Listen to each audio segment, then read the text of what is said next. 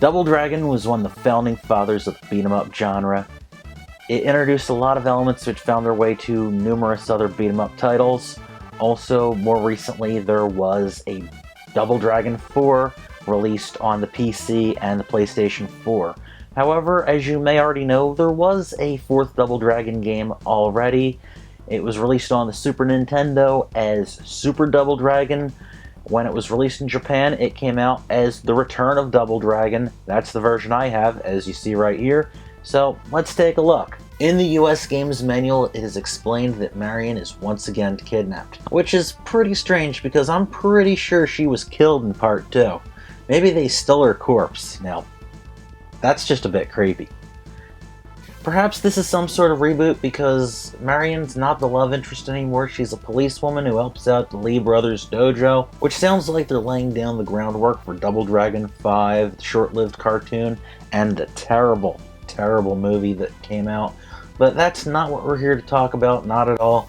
In fact, none of this is even mentioned in either game. In fact, Marion doesn't appear at all in either version, nor is there very much story given. Super Double Dragon, or The Return, I think I'll just call it Super for the rest of the review, places Billy and Jimmy in a much more colorful world and pits them up against their familiar adversaries, the Black Shadow Warriors. It's not exactly the Black Shadow you remember, as you never see a Bobo in this game, but they do have a giant clown with a large beer belly.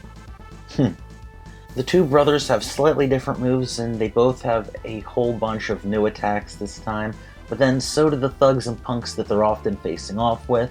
You can also now block and counter attacks, as well as charge up to do stronger attacks, both of which are very, very cool new features. The game is quite colorful and the gameplay has a bit more to it than the classic Double Dragon, which I quite like. One of the big reasons I prefer this to its predecessors is because there is much less in the way of falling hazards and none of the platforming that was in Double Dragon 2. The music and sound have some great touches. I really like the soundtrack.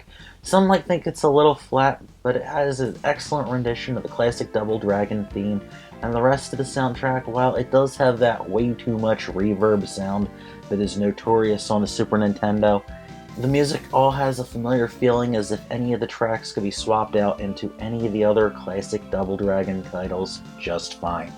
Now, if you're used to playing the US version, you may notice a few differences in the two. As I understand, the game's designers had bigger plans for the game with cutscenes and story in-game, none of which really came into fruition. Perhaps they had deadlines to meet, I don't really know. One thing I do know is that the Japanese version did come out a little bit after the US version, and apparently they took some time to refine the game a little bit. Bombs and knives do significantly less damage in the Japanese version, among other little balancing adjustments. The music has also been shuffled around a little, and some of the character animations have been altered somewhat. Also, the final stage has been extended. They've also included an option screen where you can change up the difficulty and the number of continues in this version. If you ask me, all of these changes are pretty welcome additions, and I think it makes things obvious why I chose to have this version. Even without these alterations, the game is still a very strong title that feels like a natural progression of the series. It would have been nice to have some of the story that the designers had in mind. The gameplay might be a little slow and that might take a little bit of getting used to, but there's a decent challenge and I really like the variety to the attacks. I especially like the diving kick, as you've probably seen a lot of it in my footage.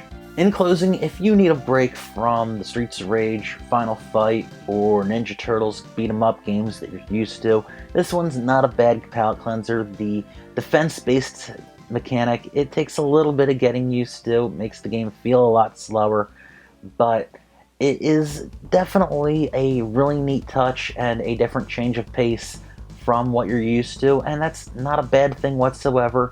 If you're gonna hunt this one down, the Japanese game costs a little bit less, let's say about $5 or so less, but both games are roughly within the $20 to $40 range at the time of this video.